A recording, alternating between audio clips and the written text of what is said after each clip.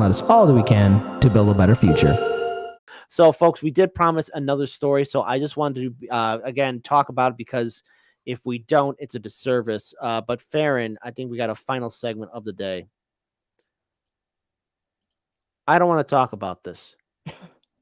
I don't want to even bring it up. School lunch is too costly for a growing number of families. Will White House pledge to help? No, it won't. The Biden-Harris administration just laid out a strategy to expand free meals to 9 million more students by 2032. School nutrition directors are urging universal meals for all now. So what's going on? The end of universal free school meals have left a growing number of families in a financial quandary, unable to keep up with school lunch payments, yet unable to qualify for free or reduced price meals.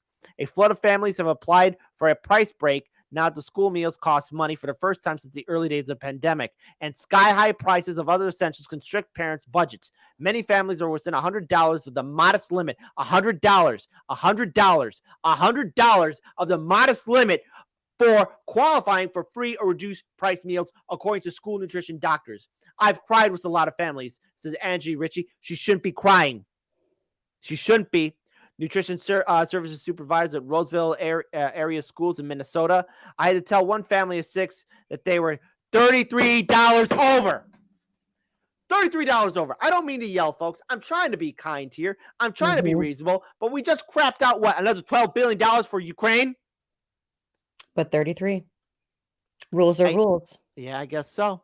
A dozen school nutrition directors from districts large and small, urban and rural, wealthy and low income told NBC News, they have had to reject applications from a mother whose insulin price rose significantly, a father who lost his job during the pandemic and has found only part-time work since, and a mother of 5 whose only income is disability payments because she has cancer, among others. The Biden-Harris administration, again, the Biden-Harris, returning the soul back to America, right? Last week announced a years-long goal of making universal school meals permanent. Gee, what's taking the old man and the banshee so long to actually get it done? I don't want to be respectful to these politicians. They don't earn my respect. They don't have it. But it still requires the approval of a divided Congress that's now on a well-deserved vacation, folks. And advocates are pushing for immediate action. When I say well-deserved, I'm being sarcastic because I don't respect old hatbag Nancy. I'm not going to say anything nice about Dianne Feinstein or Chucky Boy Schumer or Lindsey Graham Cracker or any of these other bastards. They don't worry. They have nothing to say that's nice about you either. You're basically a peasant in their eyes. Thank you for the historical reference of the French Revolution. Yes. Bye, peasants. Yes. Because remember, okay, Marie Antoinette did not say let them. She didn't say that. That was propaganda. But however, I wouldn't be shocked if Harris did. but if Nancy Pelosi just says let them eat ice cream, I say we return back, the good old days of some revolution upbringing. But then again, hey, that's. I mean, I would not be shocked if Kamala Harris said it. I mean, we're friends with North Korea again, so why not let the kids eat cake too? Yeah. Even Trump called her out on that. The White House strategy starts by expanding access to free meals to 9 million children by 2032. What year is it? 2022? So 10 years. Wow. While anti-hunger experts lauded the proposal, they also said many families could not wait to help. Yeah, they can't wait. These changes towards expanding access to all students need to happen as soon as possible. Well, hey, they could crap out the money for all these young people. I mean, they don't have money to crack out for these young people, but they have money for war. Now, here's something that I want to read that has ticked me off to no end.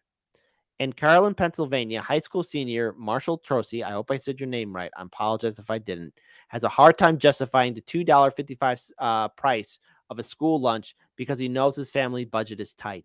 Their car broke down before they found out school would be charging for meals again. And Marshall, 17, said he sometimes skips lunch, so he skips lunch so he isn't adding to the burden. To which I gotta say, buddy, you're not a burden and it's all right. It's not your fault. He says, this is hard to hold back. There's a point where you get used to being hungry. And richest country in the world, that's all right. You got kid, 17 years old, next generation, right? I thought America actually cared about its people. Guess that was a lie too, because they said it to me when I was a kid. There's a point here. Let's for the people in back, just to get everyone angry, just so you get angry and remember that these politicians don't respect you. There's a point where you get used to being hungry, and he skips lunch so he isn't added to the burden. There are so many young people like this young man here that are doing the exact same thing, and to which I gotta say that ain't right. On the days that he doesn't eat lunch, he uses change he finds around his house and purchases a small bag of chips from a nearby gas station convenience store after school instead. He tries to ignore his hunger at school on those days. I will be honest, Marshall said. Sometimes it does get a bit distracting in class. I want to pull up a map here real quick. I think there it is. Here it is. So, state efforts ensuring free meals for all students. The ones that are orange, permanent universal meal policies. It's California. I think, what is that? That's Maine? Maine. Yeah, okay, good. I got it right. All right. So, universal free meals for this academic year. We've got Nevada, Vermont, and I believe Connecticut. Proposed bill for permanent universal meals. We've got Minnesota, Wisconsin, Pennsylvania, New York, Colorado, North Carolina, Maryland, and I believe that's it. And then everything that's in gray. Our home state. No longer offering. Yeah. So I'm just going to stop it here. Fair. I'm seeing your final thought. A couple things. So first things first is I see Jean in the chat saying that the teachers should work with parents and have like a slow cooker of vegetable soup to feed any students who need it. I 100% agree. But here's the one part that's really crappy to add on top of that. Teachers don't even make enough money as it is sometimes in many of these like rural areas or these poorer districts. Teachers are asking and starting GoFundMe's so they can have supplies for their students who already can't even afford supplies for school. So you already have that other bill that they're trying to take care of as well. It should not be left up to the teachers to feed America's kids. They're already teaching them at usually a pretty crappy salary. The ones that aren't tenured. And also you have such a shortage in teachers. Just the way that you always you said, children are our future. Nancy Pelosi, it's for the children. It's for the children. I get very sentimental is not the word, but I get a little choked up when I think about this too, because I had friends growing up that I had no idea that they got free lunches. And it wasn't until like years after college and stuff that we were talking about it one night. And a friend of mine was like, yeah, like that's what those red slips were in school. And I was like, what do you mean? It was in high school. And he's like, the red slips was that we had the free lunch. And he's like, do you know like how embarrassing it was? Like when you're in a line of kids, he's like, I used to wait till everybody was done getting their food to go up on my own so no one would see it. He's like, I would waste time by my locker so kids didn't see that I got a free lunch. So you already have it where kids already are embarrassed, and again, kids, all they want to do is they just want to fit in. Kids, when you think about kids, they just want to fit in somewhere. They want to be a part of something. And already they're having to feel like they're left out because they have to have that little ticket, where they get the free lunch and they feel embarrassed. Like, oh, my family's poor. I'm not like everybody else. Well, now it's even more kids. And now those kids don't even have the opportunity to get that lunch. They have to, we sit on an empty stomach. 1 in 6 kids in America goes to bed at night not knowing where their next meal is going to come from. In the United States, in the US, 1 in 6 kids. I told this to a friend of mine a couple weeks ago, and he didn't believe me. He was like, "No, that's bullshit. There's no way." And I was like, "You can look up the numbers." And we kind of got in a fight on stream. And I was like, "Look at the numbers. We are the richest country in the nation, and we have more hungry kids than Europe. Yemen, where kids are starving, at this rate, we're right behind Yemen. And here it is. This is the future. This is what we need to worry about. I blame both Democrats and Republicans. I blame the Republicans when they say to a mother that she's forced to have a child that she knows she's not financially able to take care of. And then Republicans say, well, you have to have that baby, but then give her absolutely no money to help take care of the baby. And then you have Democrats that are like, no, the children are our future, but they do everything to screw up their future by either making sure that they're malnourished or they have a crappy school they have to go to. They have to take public transportation because they don't have bus drivers anymore. Both parties are awful and they don't care about kids. You know when they care about them? In the words of George Carlin, they care about them when they reach military age. That's when they care about them. But up until that point, you know what? You're on your own, folks. Sorry, kid. You're hungry. Oh, gosh. I wish McDonald's dollar menu was a 50-cent menu. Then maybe, it's like they do nothing. But again, like to bring it back full circle, they'll look at you in the face and tell you that they care, that they're going to do something for them. Oh, yeah. No, we do care about the kids. And we want to make sure that all of the unborn kids are taken care of too. And then they get there and they do nothing. They do absolutely nothing. And you can call your congressman, you can call your senator and say, you told me. And they're going to say, gee, I forgot. They only care when they're going to get a check for it. Kids don't bring checks to politics, okay? They don't bring checks to politics. You want to solve problems? Well, unfortunately, if you solve problems, politicians are going to stop getting paid by lobbyists to fix them, which is why problems keep getting worse. So therefore, parents, I ask you and I urge you, if you can't afford it, it was a bunch of people when I talked about this on my locals one morning, that some of the parents started packing 2-3 lunches for their one kid. So that if they saw a kid, they told their kids, if they see a kid that doesn't have a lunch, give them this lunch. So if you can afford it, if your kids can help in any way, look out for those kids. Because all we can do is look out for each other because nobody's looking out for us. Right on. I agree. That's the only way we're going to get out of this. They're not going to help. The politicians are not going to be the knights on the hill. All right.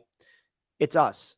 We got to be the cavalry that's needed. We have to be that relief force for each other. Mm-hmm. They will see the ship sink and all of us in it unless we decide to break out. And they'll wave to you while it's sinking. Bye. Good luck. They'll watch you sink. They'll watch you drown. Whatever petty differences we have with each other, the color of your skin, who you worship, what generation you're part of, or who you voted for, folks, there's going to come a point where that's not going to matter. And in fact, it doesn't matter because the people at top, they'll lie to you and tell you vote Democrat, vote Republican, but they will still screw you over. If they wanted to do something about poverty, homelessness, hunger, and so much more that's wrong here in America, they would have done so decades ago. They would have done so before even I was born, if they actually gave a damn. But they don't, and they never did. And so what you need to tell your neighbors, your friends, your family members who still vote Democrat or Republican, have a polite conversation and wake them up.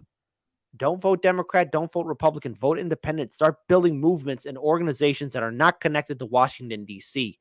Because, and I do apologize for tearing up a little bit, but I think I find it insulting and angry. If you didn't tear up, you'd be a sociopath.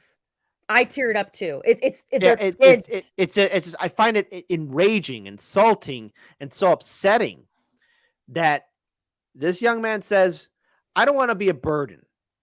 Just I gotta say, you're not a burden, buddy. And you're not.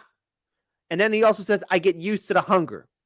And sometimes it's distracting in class. Well, of course it's distracting in class. I understand it. Look, young people, if you had a chance to see this video, help each other out, okay? Because your politicians will screw you over. Listen to this older millennial, okay? All right? The politicians lied to me too when I was a wee lad. They let it happen. It's not your fault. It's not your parents' fault. It's no one's fault. It's not some person crossing the border. It's not some homeless person in the street. It's not a person working 2 or 3 jobs just to make ends meet. It's not some person holding an ounce of weed that's causing the problem of America. It's the politicians in Washington, D.C. It's their corporate donors, their owners that are the bad guys.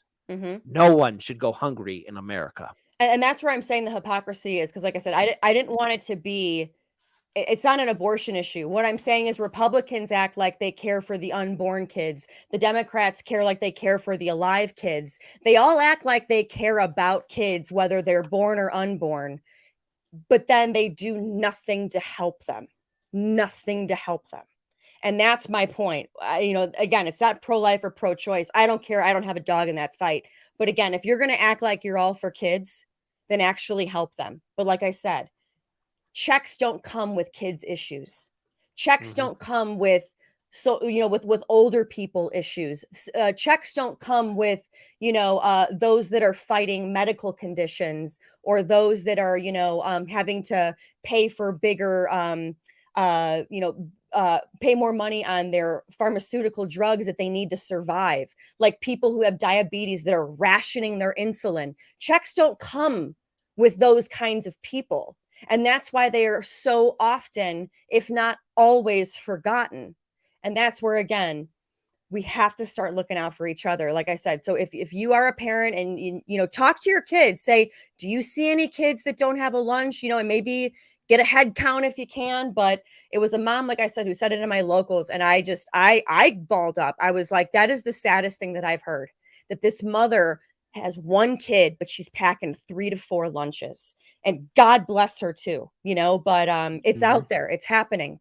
Even if you don't think, I live in a great school district, it's not happening. No, there's probably a It kid. is. It is. It is happening, and you'd be surprised how many American families are dealing with this.